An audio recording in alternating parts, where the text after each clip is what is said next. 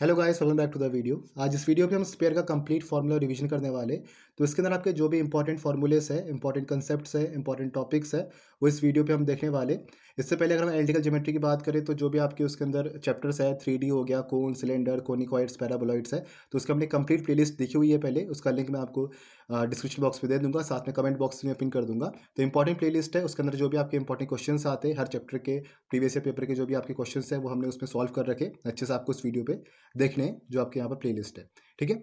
दूसरी बात क्या, एनालिटिकल ज्योमेट्री की बात करें तो इसको शुरू करने से पहले जो आपके 3D के कंसेप्ट्स है, सिंपल सिंपल फॉर्मूलेस हो गया, आपके डायरेक्शन रेशियोज क्या होता है, डायरेक्शन कोसाइंस क्या होते हैं, प्लेन की जनरल इक्वेशन क्या होती है, लाइन की जनरल इक्वेशन क्या होती है, तो ये सब कॉन्सेप्ट्स आपके क्लियर यहाँ पर होने चाहिए। ये सब चीज़ आपने यहाँ पर क्लास 12th में देखी हुई है, तो इसका भी हमने अलग से फॉर्मुला रिवीजन वीडियो बना रखा, तो लिंक भी आपको मैं दे दूंगा डिस्क्रिप्शन बॉक्स में, तो वो भी आपको यहाँ पर देखना हुआ है। ठीक है। स्पेयर की बात करें यहाँ पर तो इसके अंदर आपके 3 इंपॉर्टेंट टॉपिक्स आते हैं। पहला आपका यहाँ पर ऑर्थोगोनल स्पेयर का हो गया, सेकंड आपका टेंजेंट प्लेन से रिलेटेड हो गया, और तीसरा आपका यहाँ पर आता है जब हमें स्पेयर की इक्वेशन फाइंड आउट करनी होती है जब वो किसी सर्कल से पास होके जा रहा है, मतलब एस प्लस लैम्डा पी वाले क्वेश्चन।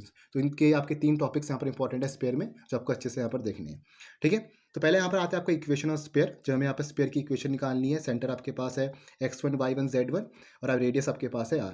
तो ऐसे केस में आपकी स्पेयर की इक्वेशन क्या होती है, x माइनस x1 का whole square plus y minus y1 का whole square plus z minus z1 का whole square equals to R square. जब आपका सेंटर यहाँ पर ओरिजिन में होगा तो उस समय आपके कोऑर्डिनेट्स क्या हो जाएंगे, x1 y1 z1 आपका 0,0,0 हो जाएगा। तब क्या आएगा आपका X square plus Y square plus Z square equals to R square आएगा। सेकंड देखो क्या आपका general equation of sphere. Sphere की जनरल इक्वेशन क्या होती है, ये आपकी इंपॉर्टेंट है, बहुत सारे क्वेश्चंस में यही आपकी इक्वेशन यूज होती है स्पेयर की। X square plus Y square plus Z square plus 2ux plus 2vy plus 2wz plus D equals to 0 है। सेंटर आपके पास यहाँ पर क्या है, minus you minus V minus W. Radius क्या है, under root U square plus V square plus W square minus D है। ठीक है। कभी आपका ये भी यूज़ होता है, कभी कभी आपका ये भी यहाँ पर यूज़ हो सकता है। वैसे ज़्यादातर आपका यही यूज़ होता है, लेकिन कभी कभी क्वेश्चन में आपका ये भी यूज़ यहाँ पर हो सकता है। तो दोनों आपको यहाँ पर याद होने चाहिए, पता होने चाहिए। ठीक है। फिर क्या आपके पास यहाँ पर लिखा है कि the diameter of a sphere always subtend a right angle eight any point on the surface of the sphere. तो ये थ्योरम है, इसकी प्रूफ तो आपका नहीं आता, लेकिन पता होना चाहिए। डायमीटर आपके पास ए बी यहाँ पर है, ये हमेशा आपका राइट एंगल सबटेंड करेगा स्फीयर के सरफेस में, जैसे इसने यहाँ पर ए पी बी एक राइट एंगल सबटेंड करा हुआ है। डायमीटर फॉर्म क्या होती है आपके स्फीयर की, वो लिखा है आपके पास x minus x one into x minus x two plus y minus y one into y minus y two plus z minus z one into z minus z two equals to 0। ये आपकी होती है diameter form sphere का। फिर क्या आपका fourth, ये important है, बोला है कि equation of sphere passing through origin and making intercept A B C with the axes. जब हमें यहाँ पर स्पेयर की इक्वेशन निकालनी होती है, जब वो किसी ऑरिजिन से पास होकर जा रहा है और इंटरसेप्ट फॉर्म कर रहा है यहाँ पर ए बी सी एक्सेस के साथ। जैसे हमारे पास ये स्पेयर है, ये आपको ऑरिजिन से पास कर रहा है और इंटरसेप्ट फॉर्म कर रहा है यहाँ पर कोऑर्डिनेट एक्सेस में ए बी और सी। ए इसने एक्स एक्सेस फॉर्म किया, बी इसने वाई एक्सेस फॉर्म किया और सी इसने जेड एक्सेस फॉर्म किया। तो यहाँ पर ए के कोऑर्डिनेट्स क्या हो जाएंगे, पॉइंट ए के ए कॉमा जीरो, क्योंकि उस वक्त क्या होगा आपका वाई और जेड जीरो होगा और एक्स क्या होगा, ए होगा। ठीक है। वैसे सिमिलरली आपका बी के कोऑर्डिनेट्स क्या होंगे, 0,b,0, क्योंकि उस वक्त क्या होगा, एक्स और जेड आपका यहाँ पर 0 होगा, वाई क्या होगा आपके पास बी होगा। सिमिलरली सी क्या होगा, 0,0,c, और ओरिजिन क्या आपके पास 0,0,0 होगा। ठीक है। हमें यहाँ पर स्पेयर की इक्वेशन फाइंड आउट करनी है। तो स्पेयर की इक्वेशन क्या है, x square plus Y square plus Z square plus 2ux plus 2vy plus 2wz plus D equals to 0। तो अगर यहाँ पर हम u v w और d की वैल्यू निकालेंगे तो यहाँ से आपका स्पेयर की इक्वेशन आ जाएगी। तो कैसे निकालेंगे, हमें यहाँ पर करना क्या है, सबसे पहले हम ओरिजिन पुट करेंगे एक्स वाई जेड के बदले, तो यहाँ से हमारा डी की वैल्यू आ जाएगी सबसे पहला। फिर दूसरी बार में हम करेंगे a,0,0 यहाँ पुट करेंगे, तो यहाँ से u की वैल्यू आएगी। फिर हम पुट करेंगे 0,b,0, फिर आपकी v की वैल्यू आएगी। फिर यहाँ पर हम पुट करेंगे 0,0,c, हमारा यहाँ पर w की वैल्यू आएगी। तो ऐसे यहाँ पर हम u v w और d की वैल्यू निकालेंगे। तो फाइनल जो हमारी इक्वेशन बनेगी स्पेयर की, वो क्या बनेगा, X square plus Y square plus Z square minus A X minus B Y minus C Z equals to 0। तो ये आपके यहाँ पर स्पेयर की इक्वेशन बनती है जब आपका वो पास कर रहा है किसी ओरिजिन से और इंटरसेप्ट फॉर्म कर रहा है ए बी सी। ये आपको इक्वेशन वैसे भी पता होनी चाहिए, अलग से भी इसका क्वेश्चन आ सकता है या किसी और के फॉर्म पे भी क्वेश्चन आपका बन सकता है। तो एक कॉन्सेप्ट की तरफ भी आपका ये क्वेश्चन फॉर्म हो सकता है। ठीक है। तो आपको ये चीज़ पता होनी चाहिए, जब आपका यहाँ पर स्पेयर किसी ओरिजिन से पास होकर जा रहा है और ए बी सी यहाँ पर इंटरसेप्ट फॉर्म कर रहा है, तो उस वक्त आपकी जो इक्वेशन बनती है वो बनता है x square plus Y square plus Z square minus A X minus B Y minus C Z equals to 0 बनता है।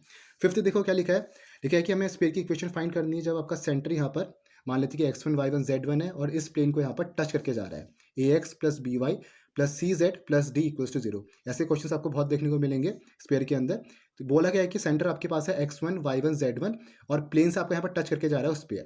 तो जैसे आपका ये प्लेन हो गया, तो ये आपका जो स्पेयर है आपका टच करके यहाँ पर जा रहा है, तो इसका जो आपका परपेंडिकुलर होगा सेंटर से वो क्या होगा, आर होगा। जो आपकी परपेंडिकुलर डिस्टेंस यहाँ पर होगी सेंटर से, वो आपकी रेडियस आर की इक्वल यहाँ पर होगी। तो आर किसके इक्वल आ गया? Length of perpendicular from centre C x1 y1 z1 on the plane ax plus B Y plus C Z plus D equals to 0। तो उस वक्त हम क्या करेंगे? यहाँ पर length of perpendicular find out करेंगे। तो लेंथ ऑफ परपेंडिकुलर फॉर्मूला क्या होता है? ये हमने क्लास 12 में देखा हुआ है, ax plus B Y plus C Z plus d upon under root a square plus b square plus c square. ठीक है, तो अभी आपके कोऑर्डिनेट्स यहाँ पर क्या है? कोऑर्डिनेट्स आपके सेंटर के क्या है? x1 y1 z1। तब क्या आ जाएगा आपका? ax1 by1 cz1 plus d upon under root a square plus b square plus c square. तो ऐसे आपको यहाँ पर करना है। ठीक है, ये हम कब की बात करें? जब आपका स्पेयर की आपको इक्वेशन फाइंड करनी है, जब सेंटर आपका x1 y1 z1 है और प्लेन को आपका टच करके यहाँ पर जा रहा है स्पेयर। तो ये जो आपकी डिस्टेंस होगी यहाँ पर परपेंडिकुलर डिस्टेंस सेंटर से, वो आपकी किसके इक्वल होगी? रेडियस आर की इक्वल यहाँ पर होने वाली है। तो हमने करा कि यहाँ पर हमने आर को किसके इक्वल लिख दिया? Length of perpendicular from centre C x1 y1 z1 on the plane ax plus B Y plus C Z plus D equals to 0। तो लेंथ ऑफ परपेंडिकुलर जो फॉर्मूला होता है वो क्या होगा? ax plus B Y plus C Z plus d upon under root a square plus b square plus c square. तो ऐसे यहाँ पर हम रेडियस निकाल सकते हैं इस इक्वेशन से। ठीक है, तो ये भी आपका एक इंपॉर्टेंट कंसेप्ट है स्पेयर के अंदर। फिर आता है आपके पास centroid triangle A B C. कभी कभी आपके स्पेयर की क्वेश्चन में यहाँ पर सेंट्रॉइड भी पूछा जाता है। तो हमारे पास ट्राइंगल ए बी सी है, ए की कोऑर्डिनेट्स हमारे पास a, 0, 0 है, बी की कोऑर्डिनेट्स हमारे पास 0, b, 0 है और सी की कोऑर्डिनेट्स हमारे पास 0, 0, c है। पॉइंट ओ हमारे पास क्या है? पास centroid triangle A B C का, इसके हमने कोऑर्डिनेट्स माने अल्फा बीटा और गामा है। तो अल्फा किसकी इक्वल होगा? 1/3 into x1 plus x2 plus x3। x1 किसकी इक्वल हो गया? ए की इक्वल हो गया। x2 0 है और x3 आपका 0 है। तो क्या आ गया? a/3। वैसे बीटा हो गया 1/3 y1 plus y2 plus y3। y1 0 है, y2 b है और y3 आपका 0 है। तो ये आ गया b/3। गामा किसके इक्वल आ गया? 1/3 into z1 plus z2 plus z3। तो ये आ गया c/3। तो a इक्वल्स टू 3 अल्फा हो गया, b इक्वल्स टू 3 बीटा हो गया और c इक्वल्स टू 3 गामा हो गया। तो ये भी आपकी डायरेक्ट कभी कभी यूज हो सकते हैं स्पेयर की क्वेश्चंस पे।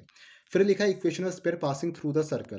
तो ये दोनों आपकी इक्वेशन जो आपको दिख रही है एक स्पेयर की प्लेन की, ये दोनों मिलाकर आपकी ये सर्कल की इक्वेशन है। तो यहाँ पर हमें स्पेयर की इक्वेशन निकालनी है जो आपकी सर्कल से पास होके जा रहा है। तो हम कैसे निकालते? S plus lambda P equals to 0। S आपका ये स्पेयर हो गया, पी आपके पास प्लेन हो गया। तो यहाँ से हमें लेमडा की वैल्यू फाइंड आउट करनी पड़ती है, तो जाके आपके यहाँ से स्पेयर की इक्वेशन निकलती है।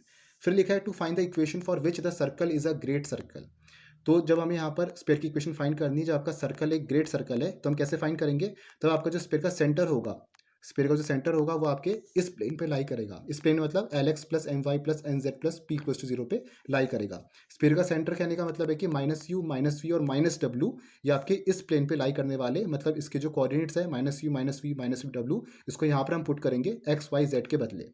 ठीक है, क्लियर हो गया? जब भी आपके यहाँ पर सर्कल ग्रेट सर्कल होगा, तो जो आपका स्पेयर का सेंटर होगा वो आपके इस प्लेन पे लाई यहाँ पर करने वाला है। फिर क्या है? Intersection of a straight line and a sphere. जब आपका एक लाइन और एक स्पेयर इंटरसेक्ट कर रहे, तब क्या आपका यहाँ पर केस होगा? स्पेयर की इक्वेशन आपकी ये है, लाइन की इक्वेशन आपके पास ये है। तो इस लाइन की इक्वेशन को मैंने आर की इक्वल पुट करा, एक कांस्टेंट की इक्वल। यहाँ सबके एक्स वाई जेड की कोऑर्डिनेट्स के आगे L R plus alpha, M R plus beta और एन आर प्लस गामा के इक्वल आ गया। तो यहाँ पर कोऑर्डिनेट्स के आगे alpha plus L R, beta plus M R और गामा प्लस एन आर आ गया। तो इसको मैं कहाँ पर पुट करूँगा? इसको मैं स्पेयर की इक्वेशन में पुट करूँगा, क्योंकि लाइन आपकी इंटरसेक्ट करी है स्पेयर को, तो ये कोऑर्डिनेट्स आपके सेटिस्फाई करेंगे स्पेयर की इक्वेशन को। ठीक है, तो यहाँ पर मैं पुट करूँगा तो ऐसा कुछ आपका यहाँ पर आएगा। आर के फॉर्म पर आपके यहाँ पर एक क्वाड्रेटिक इक्वेशन फॉर्म हो रही है। क्वाड्रेटिक इक्वेशन है तो यहाँ पर आपके दो रूट्स होंगे, R1 और R2 होगा। तो एक आपकी कोऑर्डिनेट्स आगे alpha plus LR1, beta plus MR1 और गामा प्लस NR1, और दूसरे कोऑर्डिनेट्स के आगे alpha plus LR2, beta plus MR2 और गामा प्लस NR2 आ गया। फिर क्या है आपके पास? फिर आता है आपके पास condition for the given line to touch the sphere. जो आपकी एक लाइन एक स्पेयर को टच कर रही है, मतलब वो टेंजेंट है उस स्पेयर के। लिखा कि line is a tangent to the sphere if it intersect it in two coincident point. हमें कंडीशन निकालनी जब आपकी लाइन एक स्पेयर को टच कर रही है, मतलब वो टेंजेंट है उस स्पेयर के। ठीक है, तो ऐसे केस में क्या होगा? कब होगा? जब आपका वो इंटरसेक्ट करेगा दो कोइंसिडेंट पॉइंट में, मतलब जब आपके दोनों रूट्स जो आपके R1 और R2 है दोनों आपके इक्वल होंगे, तभी आपका यहाँ पर एक लाइन टेंजेंट होगा उस स्पेयर के। क्योंकि हमें यहाँ पर क्या करेगा? एक ही पॉइंट से पास करेगा ना। अगर आपके R1 R2 होगा तब तो आपका टेंजेंट नहीं होगा। जब आपका एक ही पॉइंट से यहाँ पर पास करेगा तभी वो लाइन टेंजेंट कहलाएगा। तो ऐसे केस में हम कोइंसिडेंट वाला केस लगाएंगे, B square minus 4ac equals to 0 वाला। मतलब ये जो आपके यहाँ पर क्वाड्रेटिक इक्वेशन बन रखी है आर स्क्वायर वाली, आर स्क्वायर के फॉर्म पे, तो यहाँ पर हम क्या यूज़ करेंगे? B square minus 4ac equals to 0, जब हमें ये बताना है कि लाइन आपका एक टेंजेंट है उस स्पेयर के। ठीक है, तो ये आपकी कंडीशन रहती है for the given line to touch the sphere कि बी स्क्वायर माइनस 4ac आपका 0 के इक्वल यहाँ पर रहेगा डिस्क्रिमिनेंट फॉर्म से। फिर देखो क्या लिखा है? Equation of the tangent plane to the sphere. जो आपका स्पेयर से आपका एक टेंजेंट प्लेन पास कर रहा है, तो आपके यहाँ पर इक्वेशन क्या होती है? लिखा है कि equation of tangent plane at the point x1 y1 z1 of the sphere आपके पास ये है। तो हमारे पास यहाँ पर क्या रहेगा टेंजेंट प्लेन की equation x1 plus y1 plus z1 plus u x plus x1 plus y plus y1 plus z plus z1 plus d equals to 0।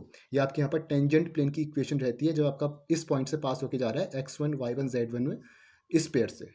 ठीक है, इस पेयर की इक्वेशन आपको यहाँ पर दे रखी है। तो इंपॉर्टेंट ये आपकी इक्वेशन है टेंजेंट प्लेन की। फिर लिखा है equation of tangent plane at x1 y1 z1 of the sphere अगर आपके पास x square plus Y square plus Z square equals to a square है, मतलब जब आपका सेंटर 0,0,0 है, तो उस केस में आपका टेंजेंट प्लेन की इक्वेशन क्या होगा x1 plus y1 plus z1 equals to a square. तो इंपॉर्टेंट है दोनों आपकी इक्वेशन, बहुत सारे क्वेश्चन पे आपकी ये यूज होती है और इसके क्वेश्चन आपके प्रीवियस ईयर में बहुत आ रखे हैं। फिर देखो क्या लिखा है, when the tangent line is perpendicular to the radius through the point of contact. जब आपकी जो टेंजेंट लाइन है ये आपकी परपेंडिकुलर इस रेडियस के, ये आपके पास रेडियस है और ये आपके पास टेंजेंट लाइन है, तो जब आपकी परपेंडिकुलर इस रेडियस के, तब आपके यहाँ पर क्या केस है वो हम देखना है। तो ये आपके पास यहाँ पर स्फीयर की इक्वेशन होगी। तो हमने मान लिया कि जो टेंजेंट लाइन की इक्वेशन है वो आपकी ये है X minus alpha upon L equals to Y minus beta upon M equals to Z minus gamma upon N. और वो जो टेंजेंट लाइन है आपकी इस पॉइंट से यहाँ पर पास होकर जा रही है स्फीयर से x1 y1 और z1 से। फिर लिखा है the condition for its being a tangent line. तो टेंजेंट लाइन होगी तो उसकी कंडीशन यहाँ पर क्या होती है, L x1 plus U, L M और एन आपके डायरेक्शन कोसाइंस है, x1 plus U plus M y1 plus V plus N z1 plus W. तो ये जो आपका रिलेशन 3 है, लिखा कि the relation 3 shows that the tangent line 2, ये जो आपकी लाइन 2 है eight the point x1 y1 z1, ये आपकी परपेंडिकुलर है किसके, to the line whose direction ratios are x1 minus you minus v और माइनस डब्ल्यू। मतलब माइनस यू माइनस वी और माइनस डब्ल्यू आपके सेंटर के क्या हो गए यहाँ पर कोऑर्डिनेट्स हो गए। तो ये आपका डायरेक्शन हम रेशियोज निकाल लें, कैसे निकालेंगे, x1 माइनस यू, तो x1 प्लस यू आ गया, y1 minus v, y1 plus v आ गया, और z1 माइनस डब्ल्यू, z1 प्लस डब्ल्यू आ गया। ठीक है, तो लिखा है the tangent plane at any point, किसी भी पॉइंट में जो आपका टेंजेंट प्लेन होगा वो आपका परपेंडिकुलर होने वाला है रेडियस के थ्रू दैट पॉइंट। मतलब यहाँ पर अगर हम देखें तो ये आपका टेंजेंट प्लेन है, तो ये किसके परपेंडिकुलर है, ये आपके रेडियस के यहाँ पर परपेंडिकुलर है। यहाँ से आप खींचोगे तो ये भी आपके यहाँ पर रेडियस के क्या आने वाला है, परपेंडिकुलर आएगा टेंजेंट प्लेन। किसी भी पॉइंट पर अगर हम यहाँ पर टेंजेंट प्लेन ड्रॉ करेंगे तो वो आपके रेडियस के यहाँ पर परपेंडिकुलर आने वाला है। तो ये आपके यहाँ पर केस रहेगा। फिर क्या आपके पास pole of a given plane, तो एक दो क्वेश्चन आपके पोल से भी आ रखे। तो जो आपका पोल यहाँ पर जो आपका रिलेशन होता है, the pole of the plane l x plus M Y plus N z equals to p, हमारा प्लेन है तो इसका जो पोल है with respect to the sphere आपके पास है x square plus Y square plus Z square equals to a square, मतलब सेंटर आपका 0,0,0 है। तो ऐसे केस में जो आपका पोल होता है वो किसके इक्वल होता है, l a square upon p, m a square upon p और n a square upon p के इक्वल होता है। ठीक है, ये आपके यहाँ पर कोऑर्डिनेट्स होते हैं उस प्लेन के पोल के। ठीक है, तो ऐसा हमें यहाँ पर ध्यान देना है। फिर क्या आपके पास लास्ट जो आता है वो आता है ऑर्थोगोनल कर्व्स वाले angle of intersection of two spheres. मतलब जो दो हमारे पास यहाँ पर स्पेयर है, दोनों आपके यहाँ पर क्या कर रहे हैं, ऑर्थोगोनली इंटरसेक्ट कर रहे हैं, दोनों के बीच में जो एंगल है वो आपका 90 डिग्री है। ये हमारे पास यहाँ पर टेंजेंट प्लेन है जो इससे आपका इस पॉइंट से पास होकर जा रहा है, और इसका जो आपका टेंजेंट प्लेन है ये आपके पास यहाँ पर है। ये आपके पास C1 C2 दो सेंटर है, C1 आपका इस पेयर का सेंटर है और C2 आपका ये वाले स्पेयर का सेंटर है, दोनों के बीच में आपका डिस्टेंस D है। ये आपका R1 रेडियस हो गया पहले वाले सेंटर का स्पेयर का, और दूसरे वाला आपका R2 हो गया दूसरे वाले स्पेयर का। ठीक है, आपके पास पॉइंट P यहाँ पर है, कॉमन पॉइंट है दोनों का। फिर देखो ऐसे केस में जो आपके ऑर्थोगोनल स्पेयर का जो कंडीशन रहती है वो आपको ध्यान देनी है, 2u1u2 plus 2v1v2 plus 2w1w2 equals to d1 plus d2 रहता है। ठीक है, और जो यहाँ पर आपका एंगल ऑफ इंटरसेक्शन रहता है दो स्पेयर का, वो क्या रहता है, cos theta equals to r1 square plus r2 square minus d square upon 2r1 r2, r1 square plus r2 square minus d square upon 2r1 into r2।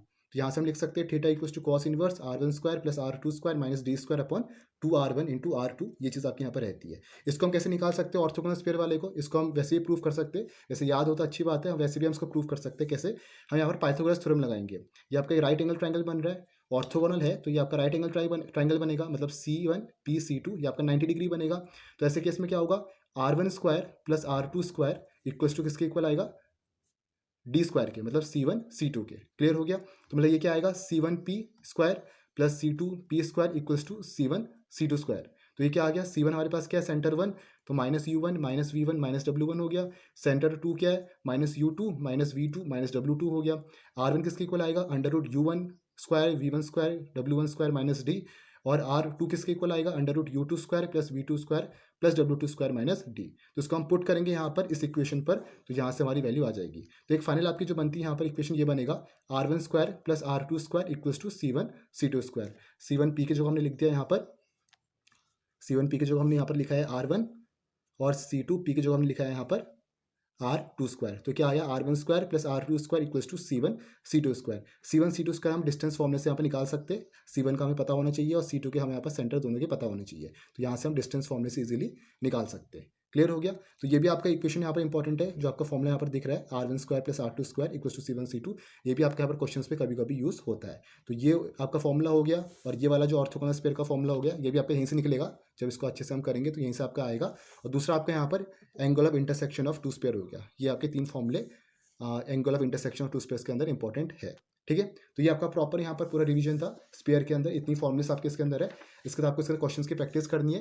इसके लिए हमने स्पेयर की अलग से प्लेलिस्ट बनाई थी, वो भी आप देख सकते हो, उसका लिंक मैं आपको डिस्क्रिप्शन बॉक्स में दे दूंगा। तो जितने भी इंपॉर्टेंट क्वेश्चंस है वो सब हमने करे हुए, ऐसे ही हम हर चैप्टर का करेंगे, कोन का करेंगे, सिलेंडर का करेंगे, फिर आपका कोनिकॉइड्स का करेंगे, पैराबॉइड्स के जो भी आपके फॉर्मुलेस है उनका रिवीजन करेंगे। तो मिलते हैं नेक्स्ट वीडियो पे। इंपॉर्टेंट लिंक्स का जो आपको इंपॉर्टेंट लिंक्स है उसका लिंक आपको जो डिस्क्रिप्शन बॉक्स उसका प्लेलिस्ट का लिंक आपको मिल जाएगा, तो वहाँ से इजीली एक्सेस कर सकते हो।